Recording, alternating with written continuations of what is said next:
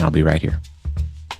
But for now, it is time for the Way Black History Fact. And today's Way Black History Fact is sponsored by Underground Beach Club. From the streets to the beach, for the latest in beachwear, visit undergroundbeachclub.com. And today we are talking about Sister Rosetta Tharpe. Now, this is a two-part Way Black History Fact, okay? Some people know that rock and roll was invented by Black people. Not everyone knows that. But, you know, it's Women's History Month, and the reason, probably the primary reason why rock and roll got so popular is due to a Black woman. So I'm going to share a little bit about rock and roll from Wikipedia, and then I'm going to share a bit about Sister Rosetta Tharpe from Wikipedia. So feel free to verify. All right. This is from the rock and roll page. For most lovers of the genre, rock sprang up with Bill Haley and Elvis Presley in 1954 through 56. But why would rock be called rock when played by whites and rhythm and blues when it was played by blacks?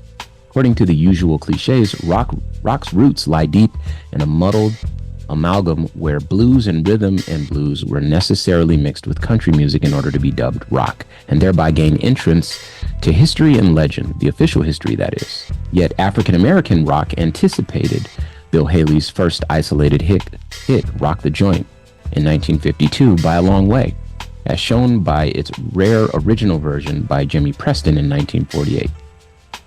This black rock would discreetly coexist with the first white rock hits, but there is still a clear tendency to relegate African-American rock to the genre's prehistory, which would be to say that it is not a part of the genre.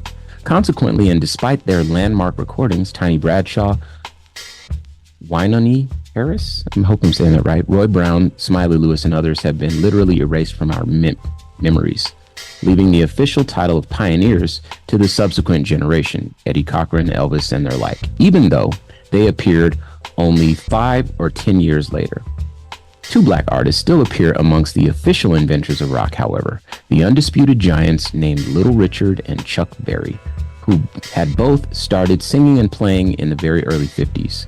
But African-American hits like Saturday Night Fish Fry by Louis Jordan with its electric guitar and It Was Rockin' chorus in 1949 would still be seen as something like the work of prehistoric men who were ineligible for the Rock and Roll Hall of Fame. Okay, wanted to share that bit before talking about Sister Rosetta Tharpe, who was born in 1915 and lived through 1973. She was an American singer, songwriter, and guitarist. She gained popularity in the 30s and 40s with her gospel recordings characterized by a unique mixture of spiritual lyrics and electric guitar.